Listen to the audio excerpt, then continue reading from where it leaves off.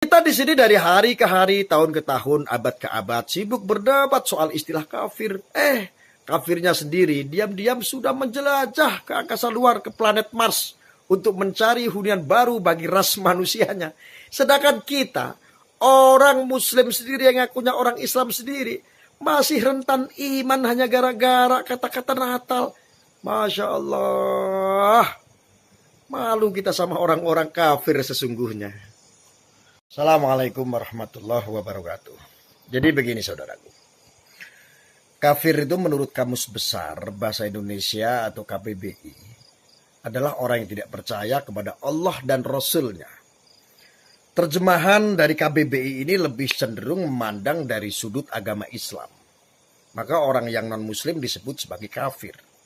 Atau agama lain Kristen juga mengenal istilah kafir. Dalam Alkitab banyak ditemukan ayat yang berisi istilah kafir. Misalnya dalam Bilangan 23 ayat 9, sebab dari puncak gunung-gunung batu aku melihat mereka. Dari bukit-bukit aku memandang mereka. Lihat suatu bangsa yang diam tersendiri dan tidak mau dihitung di antara bangsa-bangsa kafir. Ya kan? Kemudian di Galatia 2 ayat 14, tetapi waktu kulihat bahwa kelakuan mereka itu tidak sesuai dengan kebenaran Injil, aku berkata kepada Kefas di hadapan mereka semua. Jika engkau seorang Yahudi hidup secara kafir dan bukan secara Yahudi, bagaimanakah dengan engkau dapat memaksa saudara-saudara yang tidak bersunat untuk hidup secara Yahudi? Nah, maka berdasarkan ayat-ayat di atas bisa disimpulkan bahwa kafir itu adalah orang atau masyarakat atau bangsa yang iman atau kepercayaannya beda atau tidak sama dengan konteks ayat tersebut. Dengan kemudian saudara, orang Kristen bisa saja menganggap bahwa orang-orang yang tidak beriman kepada Alkitab itu sebagai kafir. Hanya saja penggunaan istilah kafir dalam agama Kristen ini tidak terlalu populer atau gembar-gembor. Sangat beda dengan kelompok pengikut agama lain yang terkesan memandang kafir. Ini dengan begitu rendah ya, hina dan bahkan tidak bernilai sebagai makhluk. Tidak sedikit oknum yang begitu mudahnya mengkafirkan orang lain. Dalam ceramah-ceramah agama yang saya dengar ya, yang lalu, banyak penceramah yang dengan suara keras dan penuh kebencian mengingatkan bahwa kafir adalah seburuk-buruk makhluk. Kafir adalah makhluk yang harus diperangi dan dimusnahkan dari muka bumi. Memang sedih rasanya mendengar ceramah-ceramah yang sedemikian rupa. Setiap musim Natal misalnya, banyak peringatan supaya kita tidak meniru-niru kebiasaan kafir. Larangan ini merujuk pada orang atau karyawan toko di pusat-pusat perbelanjaan yang mengenakan atribut Sinterklas contohnya. Bahkan ada organisasi massa yang mengancam akan merazia, tapi sudah dibubarkan ya kan. Pusat-pusat perbelanjaan untuk memastikan tidak ada golongan mereka yang menggunakan atribut kafir tersebut. Alasannya, kalau kita meniru kafir, kita telah ikut menjadi kafir pula. Lalu bagaimana dengan sepatu, kemeja, jas, dasi, dan lain-lain? Dan ada handphone yang kau pakai saat ini kan? Untunglah angin segar sudah bertiup dari kota Banjar saat itu ya di Jawa Barat. Belum lama lah tahun-tahun itu, 2019 ya, tanggal 27 Februari, Pondok Pesantren Miftahul Huda Al-Azhar, Citangkolok dalam sidang Komisi Batsul Masali Maudiyah Musyawarah Nasional Alim Ulama dan Datul Ulama ya kan? Itu mengusulkan agar NU tidak menggunakan sebutan kafir untuk warga negara Indonesia yang tidak memeluk agama Islam. Pimpinan sidang Abdul Moqsid Ghazali ya, mengatakan para kiai berpandangan penyebutan kafir dapat menyakiti para non-muslim di Indonesia.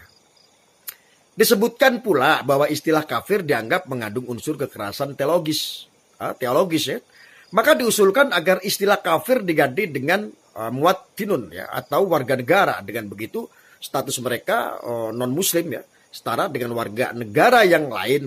Itu kata Abdul Moqsid Ghazali waktu itu. Sebagaimana diperkirakan saudaraku, asal atau wacana ini segera mengundang sikap pro dan kontra kaum non-muslim. Seperti PGI, Persekutuan Gereja-Gereja di Indonesia misalnya kan, dengan senang hati menyambut usul ini. Sekretaris Umum PGI Gobar Gultom mengatakan ya waktu itu bahwa saling mengkafirkan itu merupakan bentuk kekerasan teologis ya.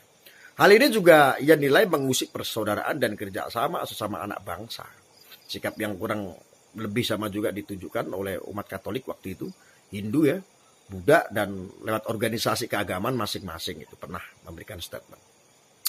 Tapi di medsos banyak komentar yang sinis dan mengecam saran yang sebenarnya sangat bijak dari para kiai terhormat ini. Bahkan ada yang menulis dalam statusnya lebih baik dirinya keluar dari organisasi tersebut kalau ini menjadi suatu keputusan. Sungguh sangat disesalkan sikap kontra dari pengguna medsos yang sebagian kecil lah ya.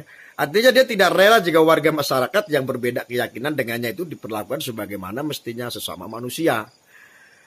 Padahal yaitu kelakuan kedal gurun begitu. Padahal semestinya usul bagus dan mulia yang dicetuskan dalam musyawarah nasional alim ulama tersebut dapat mengakhiri atau meminimalisir lah ya sikap intoleran dari kalangan tertentu terhadap kaum minoritas. Atau paling tidak polemik tentang istilah kafir ini bisa diakhiri dari pergaulan antar sesama warga. Di mana kita sebagai warga negara Indonesia pada dasarnya sama dan sederajat. Bila tidak segera diakhiri, maka soal istilah ini akan terus menjadi bahan perdebatan yang tiada ujung. Betul nggak? Kadrun kan sukanya konflik soalnya. Kita di sini dari hari ke hari, tahun ke tahun, abad ke abad, sibuk berdebat soal istilah kafir. Kafirnya sendiri diam-diam sudah menjelajah ke angkasa luar, ke planet Mars, untuk mencari hunian baru bagi ras manusianya. Sedangkan kita, orang Muslim sendiri yang ngakunya orang Islam sendiri, masih rentan iman hanya gara-gara kata-kata Natal. Masya Allah. Malu kita sama orang-orang kafir sesungguhnya. Itulah cuplikan video yang baru saja kita saksikan. Seorang Gus Arya, di mana seorang penganut agama Islam. Saya kurang tahu beliau ini adalah seorang pemuka agama Islam atau seorang ustadz.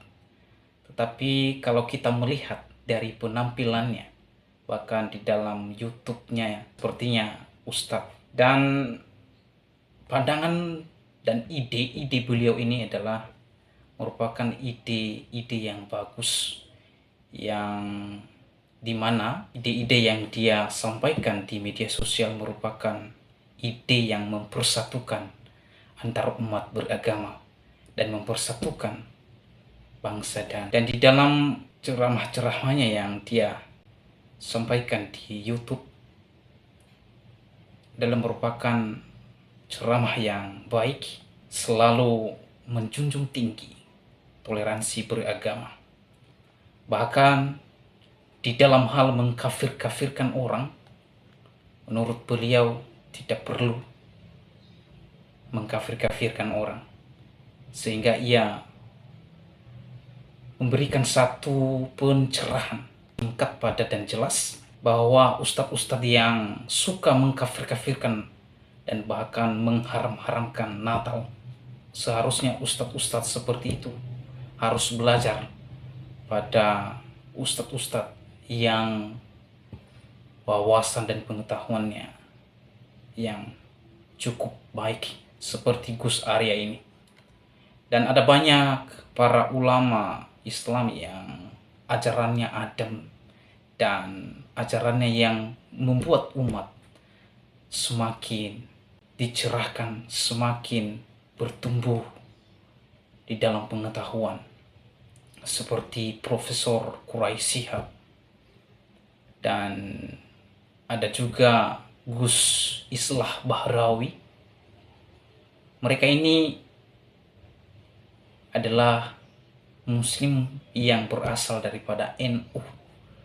Jadi NU itu memiliki satu konsep dan paham bahwa toleransi beragama harus dijunjung tinggi. Dan ini saya sangat setuju, saudara, bahwa Indonesia ini adalah merupakan negara yang beragama.